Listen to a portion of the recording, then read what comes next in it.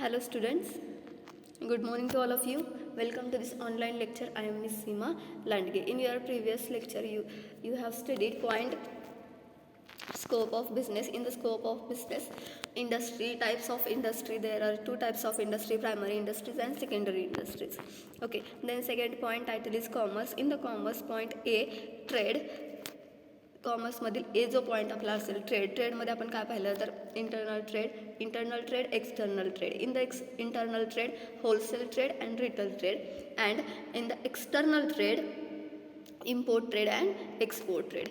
In your today's lecture we are going to study point number B, auxiliaries to trade. In the point auxiliaries to trade there are 5 points included. First point transport, second insurance, third warehousing, fourth banking and 5 advertising. auxiliaries to trade हा जो point असणार आहे यामध्ये आपल्याला 5 point बघायचे. त्यामध्ये काय काय सांगितले तर ट्रान्सपोर्ट असेल, इन्शुरन्स असेल, वेअरहाऊसिंग असेल, बँकिंग असेल, ॲडव्हर्टाइजमेंट असेल.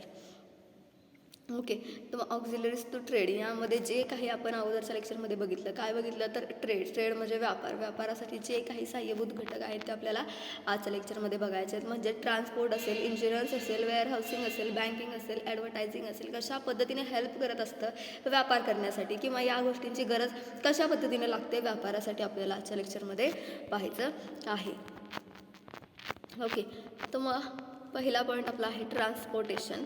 ट्रान्सपोर्टेशनमध्ये आपल्याला काय सांगितलं जातं आहे तर auxiliaries to trade. In the auxiliaries to trade the activities which help in the purchase of goods and services are called aids to trades. बघा, ज्या काही ॲक्टिव्हिटीज असतील, वस्तू किंवा सेवा परचेस करण्यासाठी ज्या काही ॲक्टिव्हिटीज कराव्या लागतात आणि ज्या काही ॲक्टिव्हिटी करण्यासाठी आपल्याला ज्या काही बाबी असतील, फॅक्टर्स असतील त्यांची मदत घ्यावी लागते, त्याला काय बोललं जातं एड्स टू ट्रेड. मग कोणकोणते एड्स आहेत की ज्याची आपल्याला मदत घ्यावी लागते, कोणकोणते फॅक्टर्स आहेत की ज्याची आपल्याला मदत घ्यावी लागत असते. मग त्यामध्ये तुमचं ट्रान्सपोर्टेशन असेल, तुमचं बँकिंग असेल, वेअरहाऊसिंग असेल, इन्शुरन्स असेल,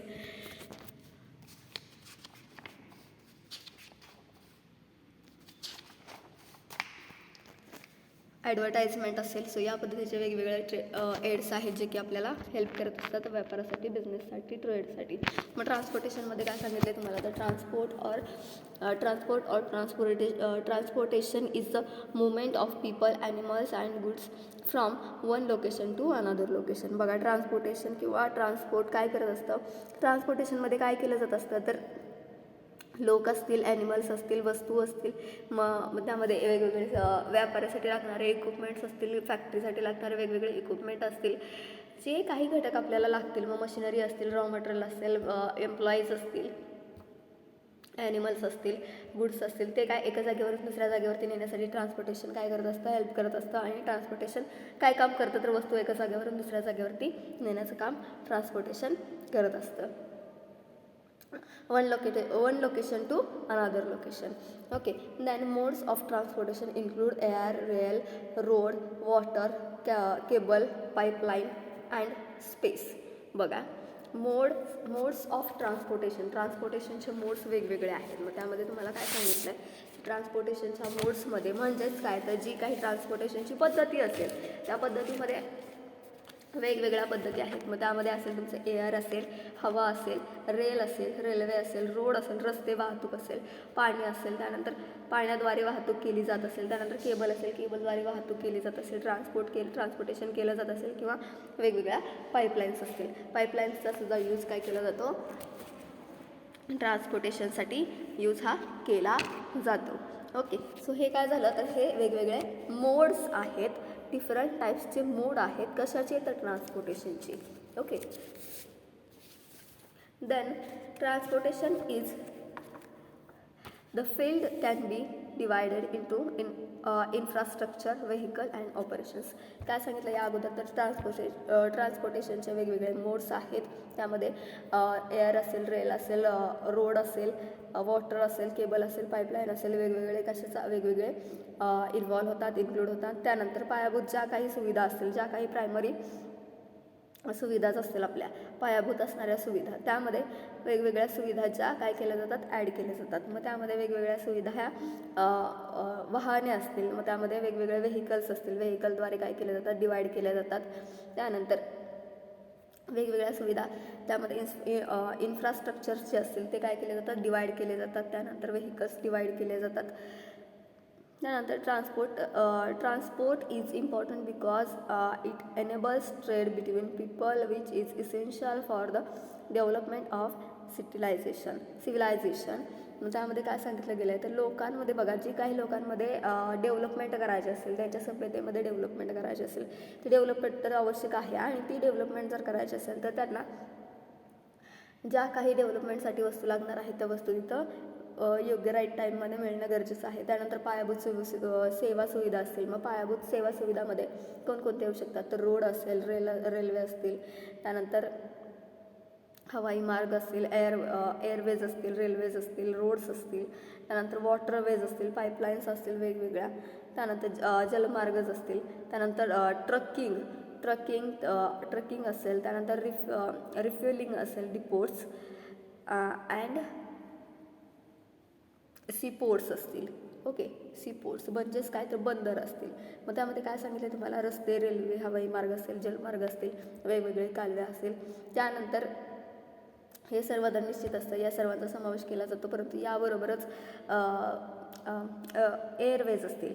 ओके, एअरवेज असतील, विमानतळच असतील, त्यानंतर रेल्वेज असतील, रेल्वे स्टेशन्स असतील, त्यानंतर बस स्टेशन्स असतील, त्यानंतर गोदामच असतील, त्यानंतर ट्रॅकिंगसारख्या पाईपलाईन्स असतील किंवा टर्मिनल्स, इंधन भरण्याचे डेपो जे बोललं जातं ते, आणि जे काही शिप किंवा बोट जिथं लावले जातात ते बंदर्स असतील. त्या बंदरसुद्धा तेवढेच ट्रान्सपोर्टेशनसाठी महत्त्वाचे आहेत.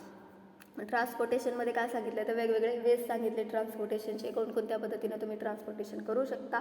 जर तुम्हाला व्यापार करायचा असेल तर तुम्हाला ट्रेड करायचं असेल, ट्रेडिंगमध्ये उतरायचं असेल, व्यापारामध्ये उतरायचं असेल तर व्यापार तुम्ही कोणकोणत्या पद्धतीनं करू शकता ते आपण अगोदरच्या लेक्चरमध्ये पाहिलं. परंतु आजचं जे लेक्चर आहे त्यासाठी व्यापारासाठी कोणकोणते फॅक्टर्स महत्त्वाचे आहेत, कुठल्या फॅक्टर्सची गरज लागते, त्यामध्ये पहिलाच फॅक्टर किंवा पहिलाच घटक आहे तो म्हणजे ट्रान्सपोर्टेशन, वाहतूक.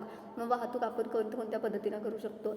वाहतूक तुम्ही वेगवेगळ्या पद्धतीने करू शकता. त्यामध्ये तुम्ही हवाई मार्ग यूज करू शकता किंवा रेल्वेचा यूज करू शकता किंवा रस्त्यावरून तुम्ही वाहतूक करू शकता किंवा पाण्याद्वारे तुम्ही वाहतूक करू शकता किंवा पाईपलाईनद्वारे तुम्ही वाहतूक करू शकता किंवा वाहतुकीसाठी तुम्ही रस्ते वाहतूक करू शकता, रेल्वे वाहतूक करू शकता, हवाई मार्गाचा यूज करू शकता, जलमार्ग यूज करू शकता, त्यानंतर बस स्थानक यूज करू शकता, वेगवेगळे गोदामक यूज करू शकता किंवा जर शिपमधून किंवा बोटमधून जर तुम्ही वाहतूक करत असाल तर तुम्ही तिथं बंदराचा यूजसुद्धा करू शकता. सो वेगवेगळे वेज आहेत की ज्या वेजचा यूज करून आपण आपल्या व्यापारामध्ये ट्रान्सपोर्टेशन करू शकतो. म्हणजेच काय तर एक वस्तू एका लोकेशनवरून दुसऱ्या लोकेशनवरती नेऊ शकतो.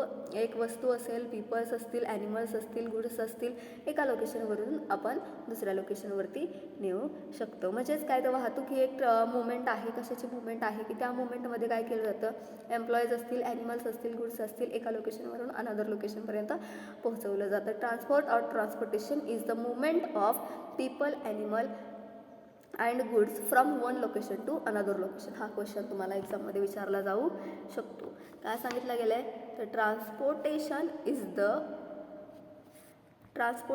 Is the movement of people, animals and goods from one location to another location. लक्षात ठेवायचं की वाहतूकमध्ये ट्रान्सपोर्टेशनमध्ये काय केलं जातं तर पीपल्स असतील, ॲनिमल्स असतील, गुड्स असतील, एका लोकेशनवरून दुसऱ्या लोकेशनवरती शिफ्ट केले जातात किंवा ते नेले जातात, ते तिथं पोहोचवले जातात. मग ट्रान्सपोर्टेशनचे वाहतुकीचे वेगवेगळे मोड्स आहेत. मग कुठले मोड्स आहेत, कुठल्या पद्धती आहेत वाहतुकीच्या ज्या की मी तुम्हाला सांगितल्या. त्यामध्ये तुम्ही हवाई वाहतूक यूज करू शकता, रेल्वे यूज करू शकता, रोड यूज करू शकता, रस्त्यावरून तुम्ही वाहतूक करू शकता, पाण्याद्वारे तुम्ही वाहतूक करू शकता, केबल असेल, पाईपलाईन असेल, या वेगवेगळ्या मोड्स आहेत. त्या मोड्सद्वारे तुम्ही काय करू शकता, ट्रान्सपोर्टेशन करू शकता, वाहतूक करू शकता. त्यानंतर तुम्हाला रस्ते वाहतूक असेल, रेल्वे वाहतूक असेल, हवाई मार्ग असतील, जलमार्ग असतील, त्यानंतर कालवेज असतील, वेगवेगळे बस स्टेशन्स असतील, रेल्वे स्टेशन्स असतील, विमानतळ असतील, या सर्वांचा यूज, बंदरे असतील, या सर्वांचा यूज तुम्ही ट्रान्सपोर्टेशनसाठी करू शकता जर तुम्हाला व्यापार करायचा असेल तर. आणि काही वेळेला जर इंटरनॅशनल व्यापार जर करत असाल, इंटरनॅशनल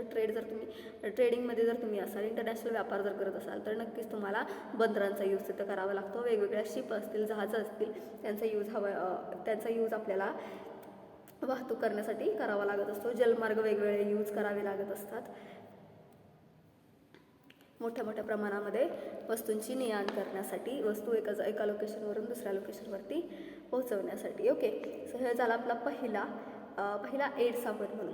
ओके, फर्स्ट एड्स किंवा पहिला फॅक्टर्स आपला ज्याची काही गरज आपल्याला असते कशासाठी, ट्रेड करण्यासाठी ऑक्झिलरीज टू ट्रेड करण्यासाठी, व्यापार करण्यासाठी कुठले कुठले घटक सहाय्यभूत आहेत. त्यामध्ये पहिला आपण बघितला ट्रान्सपोर्ट. Okay, second insurance. काय सांगितलं मग इन्शुरन्समध्ये? In the insurance is a contractual arrangement that provide for compensation by an insurer to an insured part if a specified set of circumstances occurs. काय सांगितलं गेलं आहे इन्शुरन्समध्ये? विमा हा किती महत्त्वाचा आहे. आता आपण वाहतूक ज्या पद्धतीने महत्त्वाची आहे तेवढ्याच प्रमाणामध्ये विमासुद्धा महत्त्वाचा आहे. मग काय सांगितलं जातं आहे, सपोज आपण वाहतूक यूज केली, आपण आता आपला माल बंदराद्वारे किंवा जलमार्गाने आपला माल जर ने-आण होत असेल इंटरनॅशनल व्यापारामध्ये, तर जर आपण आपला माल दुसरीकडे पाठवत असू, दुसरीकडे ट्रान्सपोर्टेशनच्याद्वारे नेत असू, वाहतुकीद्वारे नेत असू, तर काय केलं जाईल, तर आपल्या मालाचा विमा आपण उतरवणं अतिशय आवश्यक आहे. कारण ज्या वेळेला पाण्यामधून जलवाहतूक होत असेल, जलमार्गाद्वारे माल एका जागेवरून दुसऱ्या जागेवरती ने-आण केली जात असेल, त्यावेळेला काय होऊ शकतं, तर त्यावेळेला माल खराब होऊ शकतो किंवा जहाज एकमेकांना धडकून किंवा जहाज एकमेकांना टक्कर मारून जहाज मोठ्या एखाद्या खडकावरती आदळून काय होऊ शकतं, तर जहाजाचं नुकसानसुद्धा इथं मोठ्या प्रमाणामध्ये होऊ शकतं. ओके, तर त्यासाठी जे काही माल असेल, जे काही वस्तू असेल, गुड्स असतील, त्यांचा इन्शुरन्स काढणं गरजेचं आहे. विमा काय आहे, तर ही एक करारात्मक व्यवस्था आहे. कशी व्यवस्था आहे, तर करारात्मक व्यवस्था आहे. कॉन्ट्रॅक्च्युअल अरेंजमेंट आहे, ज्याच्यामध्ये कॉन्ट्रॅक्ट केला जात असतो. कॉन्ट्रॅक्ट हा 2 पार्टीजमध्ये केला जात असतो. त्यामध्ये विमा कंपनीकडून नुकसान भरपाईची तरतूद तिथं केली जात असते, कारण विमा कंपनी नुकसान भरपाई देण्यासाठी मंजूर तिथं असते. ओके, त्यासाठी जो काही प्रीमियम असेल, हप्ता जो असेल विमा हप्ता, तो विमा हप्ता व्यापाऱ्याने भरणं गरजेचं असतं. त्याचबरोबर ते विमामध्ये जर अपघात दिसून आला, तर त्या अपघातामध्ये वैयक्तिक दुखापत असेल, मृत्यू असेल, नुकसान वेगवेगळे असेल किंवा तुमच्या ज्या काही गुड्स असेल, वस्तू असेल, त्यांचं काही नुकसान झालं तर त्यांचीसुद्धा आर्थिक भरपाई विमा कंपनी तिथं पे करत असते. This circumstances could be accident असेल, पर्सनल इंजुरी असेल, डेथ असेल, loss or damage to property असेल, तुमची जी काही प्रॉपर्टी असेल ती डॅमेज झाली किंवा तिचा लॉस मोठ्या प्रमाणामध्ये झाला किंवा पर्सनल इंजुरी झाली किंवा डेथ झाली एखाद्याची, तर काय केलं जात असतं, एनी अनादर numbers of instance that can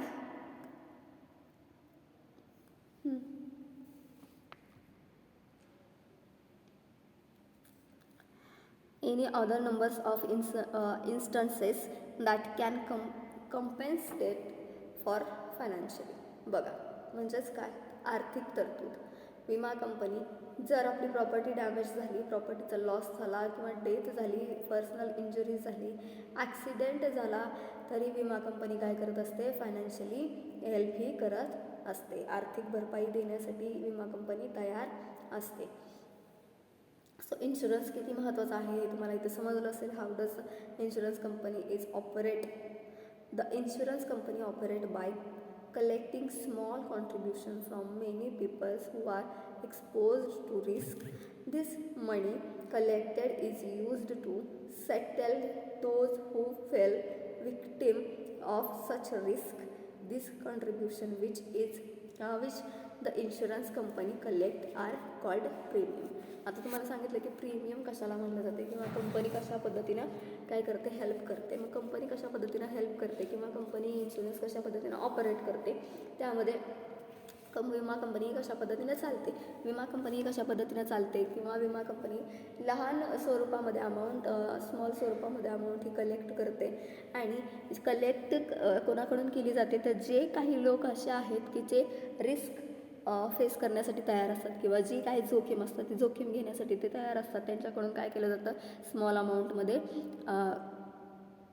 काय केलं जात असतं, एक प्रीमियम हा कलेक्ट केला जात असतो. स्मॉल अमाऊंट त्यांच्याकडून एक कलेक्ट केली जात असते आणि जी काही कलेक्ट झालेली अमाऊंट आहे ती सेटलमेंटसाठी वापरली जात असते. म्हणजेच जे काही लोक ॲक्सिडेंट असेल किंवा त्यांच्या प्रॉपर्टीचा लॉस असेल, डॅमेज असेल झालेला असेल, त्यांना देण्यासाठी ती अमाऊंट यूज केली जाते. म्हणजे छोटीशी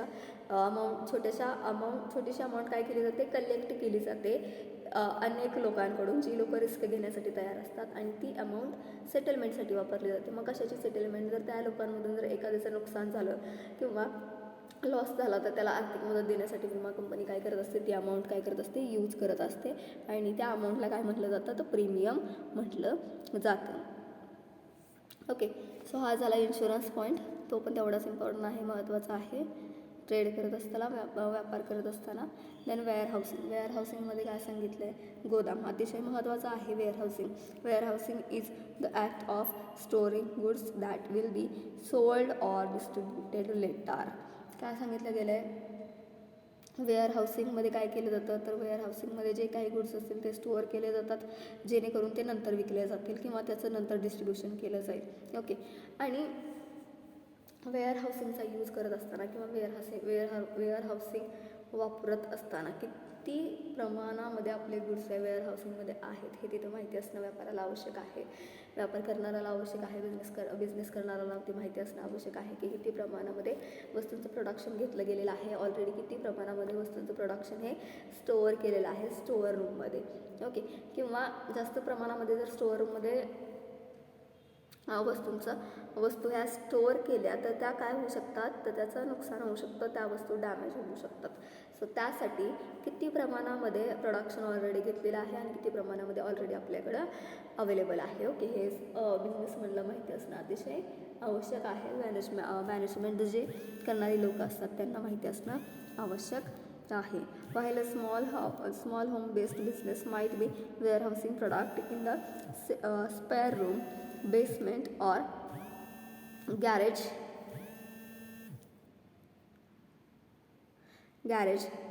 larger businesses typically own or rent space in a building that is specifically designed for storage.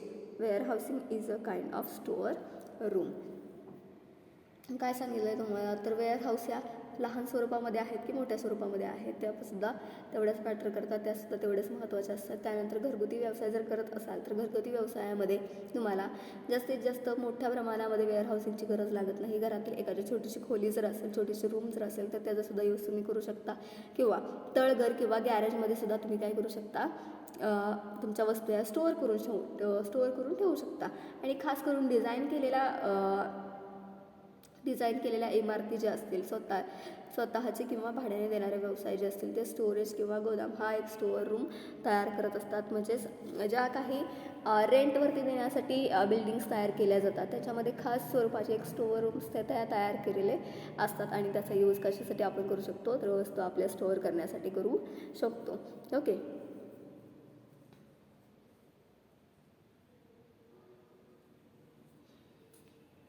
Wear housing काय आहे, एक प्रकारे स्टोअर रूम आहे. म्हणजे त्यामध्ये आपण काय केलं, प्रोडक्ट काय करतो, तर प्रोडक्ट आपण काय करतो, स्टोअर करून ठेवतो. म्हणजे वेअर हाऊसिंग म्हणजेच गोदामं, ज्या गोदामामध्ये MIDC मध्ये वगैरे मोठमोठ्या प्रमाणामध्ये गोदामं आपल्याला दिसून येतात. त्यामध्ये काय केलं जात असतं, तर मोठमोठ्या फॅक्टरीज असतात ज्या की मोठ्या प्रमाणामध्ये वस्तूचं उत्पादन घेत असतात. त्या काय करत असतात, जेवढे प्रमाणामध्ये डिमांड असेल कस्टमरची तेवढ्या प्रमाणामध्ये वस्तू त्यांना प्रोव्हाइड केल्या जातात, आणि ज्या एक्स्ट्राच्या असतात त्या काय केल्या जातात, स्टोअर केल्या जात असतात.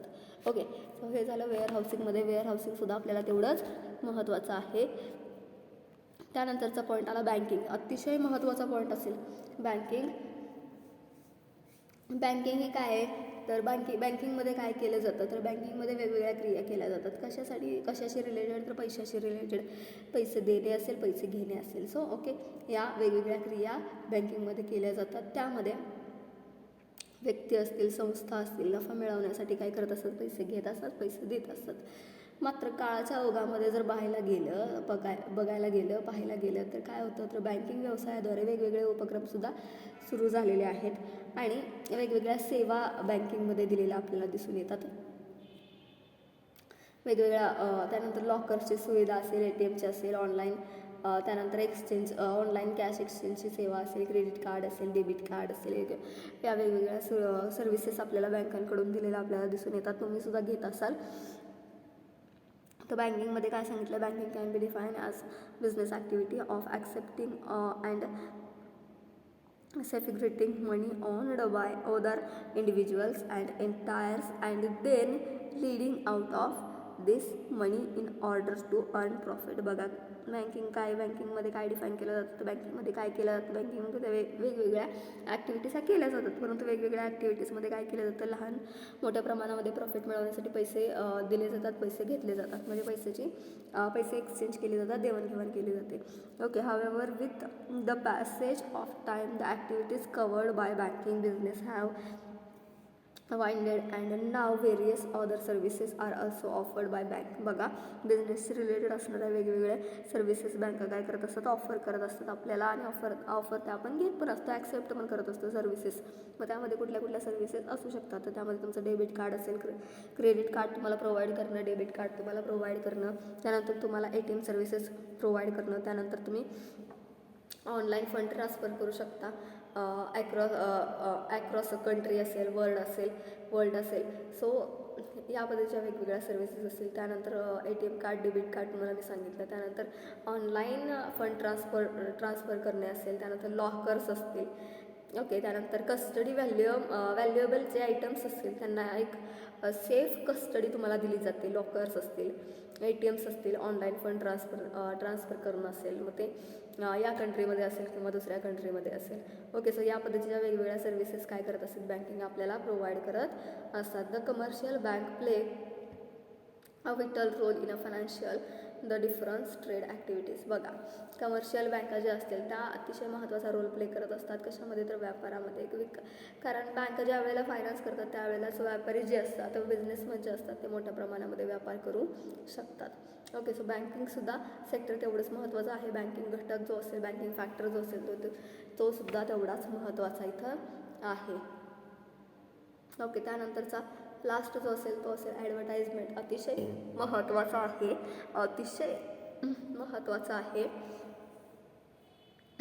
काय सांगितलं जातं तर ॲडव्हर्टाइजमेंटमध्ये 5ही फॅक्टर्स जे असतील ते महत्त्वाचे आहे. ट्रान्सपोर्टेशन तेवढंच बिझनेससाठी महत्त्वाचं आहे. वाहतूक नसेल तर तुम्ही ग्राहकांपर्यंत कशा पद्धतीने प्रोडक्ट जे असतील तुमचे ते तुम्ही पोहोचवणार किंवा सेल करणार, तो तिथं प्रश्न येतो. त्यानंतर इन्शुरन्ससुद्धा तेवढाच महत्त्वाचा आहे.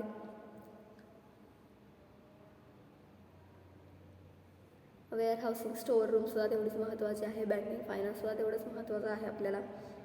ॲडव्हर्टाइजमेंटसुद्धा तेवढीच महत्त्वाची आहे. जाहिरातसुद्धा तेवढीच महत्त्वाची आहे. तर जाहिरातीसाठी काही लोक काय करतात, शुल्क जास्त प्रमाणामध्ये शुल्क वापरतात, काही लोक कमी प्रमाणामध्ये शुल्क वापरताना आपल्याला दिसतात ॲडव्हर्टाइजमेंटसाठी, जाहिरातीसाठी. आता काय सांगितलं, advertising is nothing but a paid from a non personal presentation or promotion of ideas, goods and services and identify sponsor with a views dissemination information concerning and ideas, product or services. जी काही तुमची जाहिरात केली जाते, advertisement केली जाते, त्यासाठी जे काही लोक तुम्ही स्पॉन्सर केलेले असतात त्यांना तुम्ही पे करत असता. तुम्ही जे पे करता त्याच्या बदल्यामध्ये ते लोक काय करत असतात, तुमच्या प्रोडक्ट्सची, तुमच्या सर्व्हिसेसची ॲडव्हर्टाइजमेंट मोठ्या प्रमाणामध्ये करत असतात. वेगवेगळ्या आयडियाज तुम्ही ॲडव्हर्टाइजमेंटसाठी यूज करणं गरजेचं आहे. कारण तुम्ही ज्या पद्धतीने जेवढ्या प्रमाणामध्ये ॲडव्हर्टाइजमेंट तुमच्या प्रोडक्ट्स कराल तेवढ्या प्रमाणामध्ये तुमचा सेल हा इन्क्रीज होत असतो. आणि सेल इन्क्रीज होणं प्रत्येक बिझनेसमॅनसाठी महत्त्वाचं असतं, आवश्यक असतं, गरजेचं असतं. Then the message which is presented or disseminated is called advertisement. Okay, in the present day marketing activities, hardly is there any businesses in the modern world which does not advertise. However, the form of advertisement differs from business to business. बघा, 1DA असेल, वस्तू किंवा सेवा ज्या तुमच्या असतील, 1DA उत्पादन किंवा ज्या वेगवेगळ्या सेवा असतील त्यामध्ये जे काही तुम्हाला मॅसेज द्यायचा आहे लोकांपर्यंत, तो मॅसेज तुमच्या ॲडव्हर्टाईज थ्रू जाणं गरजेचं आहे. आणि ज्या वेळेला तुम्ही ॲडव्हर्टाईज थ्रू एखाद्या प्रसारमाध्यमाद्वारे तुम्ही काय करता, तुमच्या वस्तूचा किंवा सेवेचा मॅसेज हा लोकांपर्यंत पोहोचवता, त्याला जाहिरात असं म्हटलं जातं किंवा ॲडव्हर्टाईज असं म्हटलं जातं.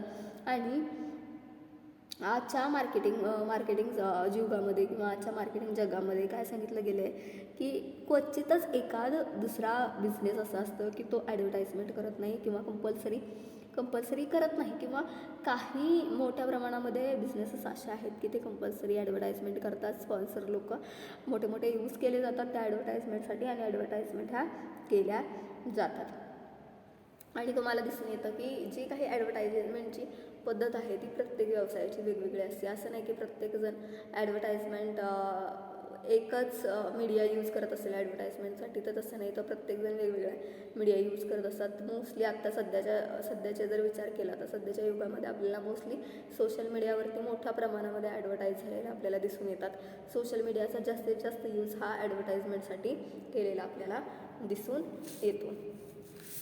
ओके, सो हे झाले आपले 5 एड्स टू ट्रेड्स. ओके, कोणकोणत्या एड्स आपण पाहिले तर ॲडव्हर्टाइजमेंट असेल, बँकिंग असेल, वेअरहाऊसिंग असेल, इन्शुरन्स असेल, ट्रान्सपोर्टेशन असेल. ट्रान्सपोर्टेशनमधला फर्स्ट लाईन जी आहे ती तुम्हाला एक्झाममध्ये विचारली जाऊ शकते. काय सांगितलं? Transportation is the movement of people, animal and goods from one location to another. या पद्धतीने काय विचारलं जाऊ शकतं? हा एक क्वेश्चन विचारला जाऊ शकतो. सो आजच्या लेक्चरमध्ये आपण काय पाहिले? ऑक्झिलरीज टू ट्रेड म्हणजे काय, किंवा त्यामध्ये कोणकोणते एड्स टू ट्रेड्स येतात.